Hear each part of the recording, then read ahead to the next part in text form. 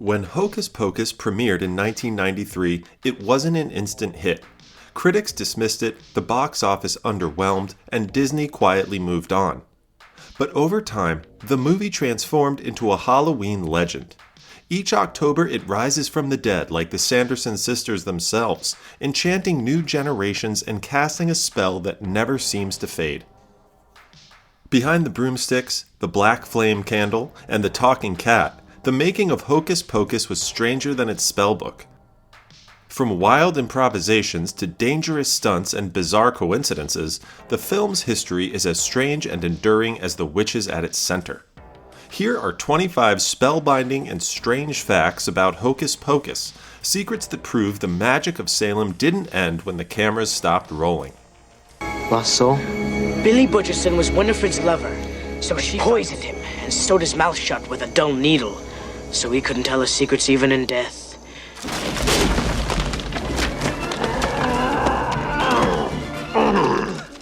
Number 1. Real moths came out of Billy's mouth.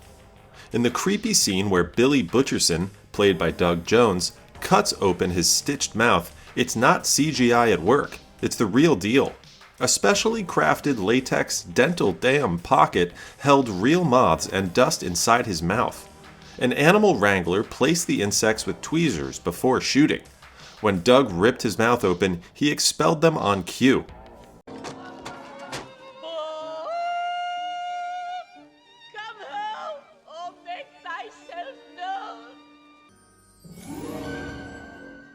Number 2. The spellbook was designed to look alive.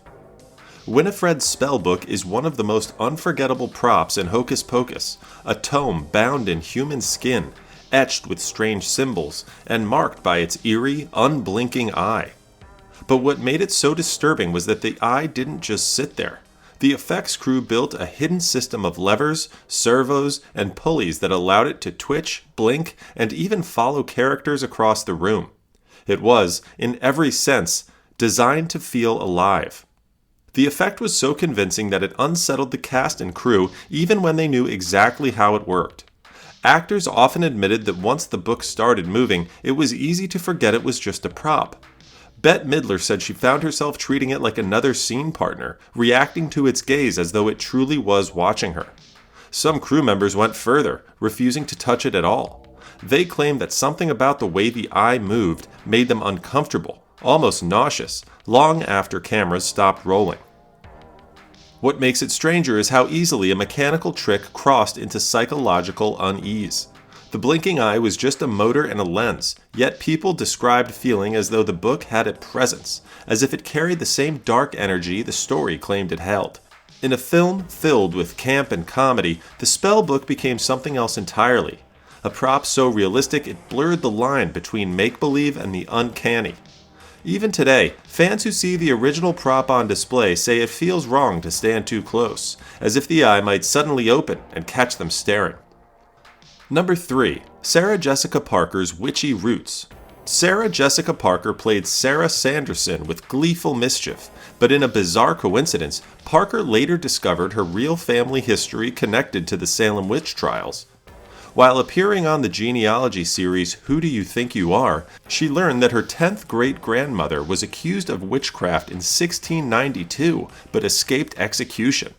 The revelation gave her performance a chilling resonance. She wasn't just pretending to be a Salem witch, she was unknowingly channeling her own ancestor's story. For fans, it felt like Hocus Pocus had reached back into history to cast Parker for a role written in her bloodline. Number 4. Kathy Najimy's quirky choices. Mary Sanderson's sideways mouth and goofy mannerisms came entirely from Kathy Najimy's imagination. She wanted each witch to feel distinct, so she decided her character's crooked smile would make her stand out. What seemed like a silly choice became one of the film's most memorable quirks. Kids imitated it, adults quoted it, and Najimy's offbeat energy gave Mary her charm. It is a reminder that sometimes the strangest ideas, born on the spot, are what audiences remember forever. Number 5. The black flame candle was real wax. The mystical black flame candle is one of the film's most iconic props. While the flame was special effects, the candle itself was real and enormous. poured with layers of black wax to make it last during multiple takes. What makes it stranger is that crew members admitted the candle constantly melted unevenly, dripping in bizarre shapes that sometimes looked like faces. The odd, almost haunted appearance only fueled the eerie aura on set, as if the prop itself had a will of its own. Number 6. The movie bombed in theaters. Today, it is hard to imagine Halloween without Hocus Pocus, but when it premiered in July 1993, the film was considered a flop. Released in the middle of summer against blockbusters like Jurassic Park, it earned only about $39 million at the box office. Disney assumed the film would fade into obscurity. The strange twist is that VHS and television resurrected it. Once networks began airing it every October, the film slowly built a cult following. By the 2000s, it wasn't just a movie. It was a seasonal ritual. The witches had cast their spell after all, proving sometimes failure is just the first step to immortality. Number 7. The movie was almost called something else. Early drafts of the script were titled Halloween House. The story was darker, more like a true horror film with witches killing children rather than playing for laughs. When Disney decided to make it into a family film, the title was changed to Hocus Pocus. The lighter name gave it an air of fun, though traces of the darker original concept remain. That uneasy blend of comedy and horror is part of why the film feels so strange and unforgettable. Number 8. The witches almost ate ice cream instead of candy. One early script draft had the witches chasing children not for candy but for ice cream, mistaking it for the essence of youth. Test audiences found it silly even for a comedy, so the idea was scrapped. Yet the remnants of that gag linger in the witches' obsession with candy and costumes. Fans often joke that the Sandersons would have been just as happy haunting a Baskin-Robbins as they were prowling Salem. Number 9. The Sanderson sisters' teeth were custom built. Each witch had a unique dental design to emphasize their personality. Midler's buck teeth were exaggerated, Najimy's teeth crooked, and Parker's more alluring and sharp. The strange part is how much the teeth shaped the performances. Effects company Moonstruck Effects creates custom, film-quality dentures for costumes and cosplay, including a set based on Winifred's teeth. Number 10. The broomsticks were hard to control. The flying scenes in Hocus Pocus may look like pure fun, but behind the scenes they were some of the most grueling moments of filming. The broomsticks were attached to mechanical rigs and wire harnesses that hoisted the actresses into the air, leaving them dangling for hours at a time. What looked like graceful flight on screen felt more like being strapped into an uncomfortable carnival ride that never ended.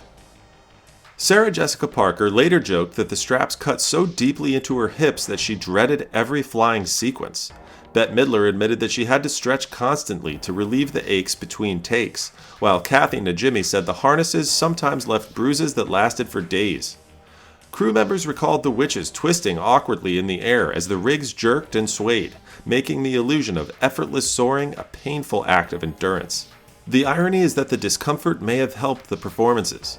The Sanderson sisters' cackling, frantic energy in those scenes feels unhinged, almost manic, and some of that came directly from the actresses powering through the strain of the harnesses.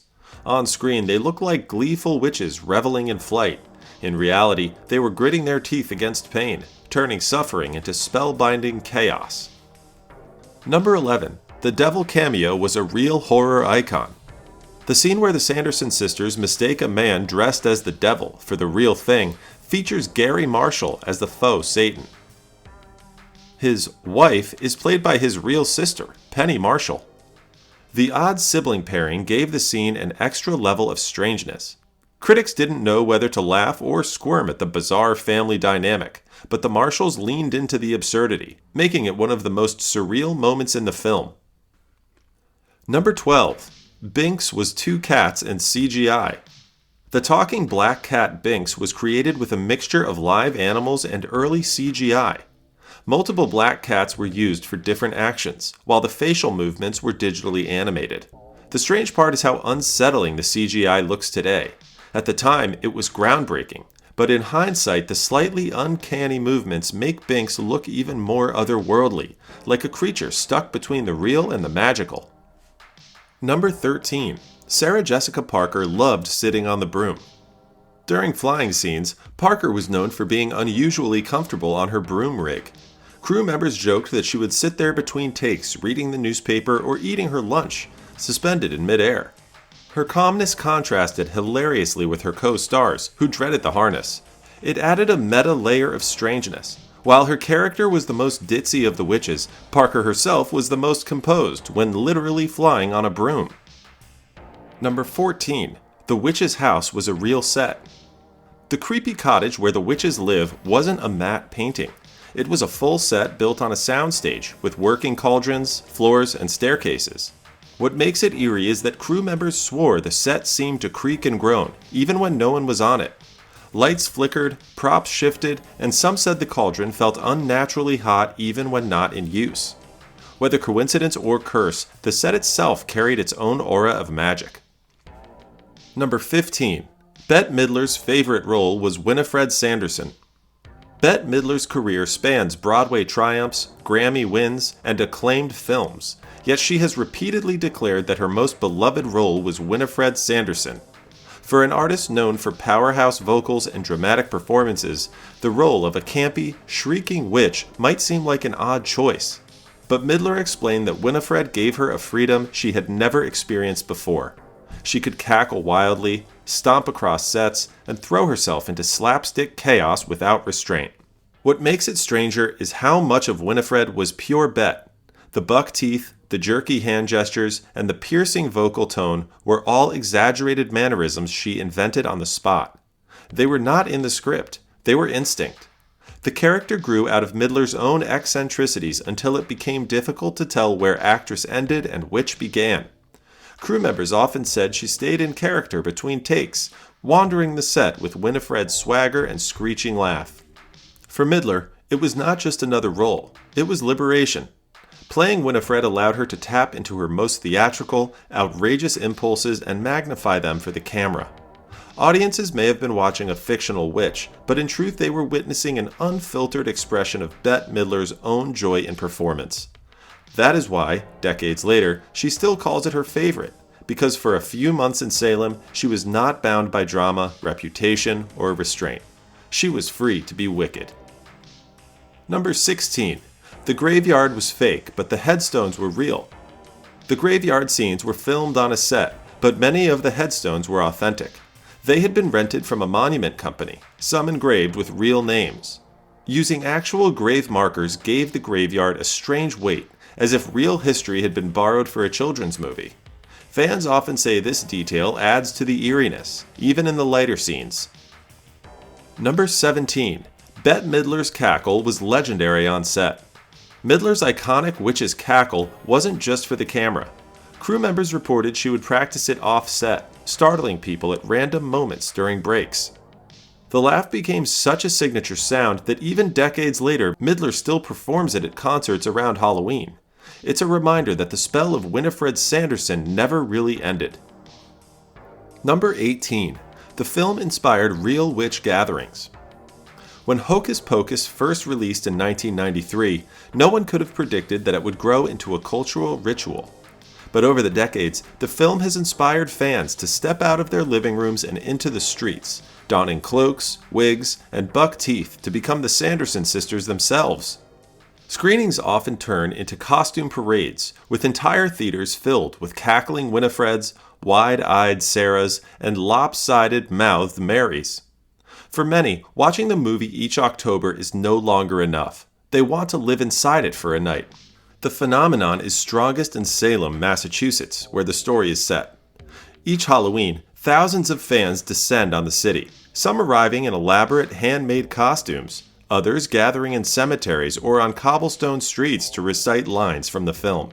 Groups stage mock rituals under the moonlight, lighting candles, chanting "I put a spell on you," and even pretending to summon Binks or Billy Butcherson from the grave.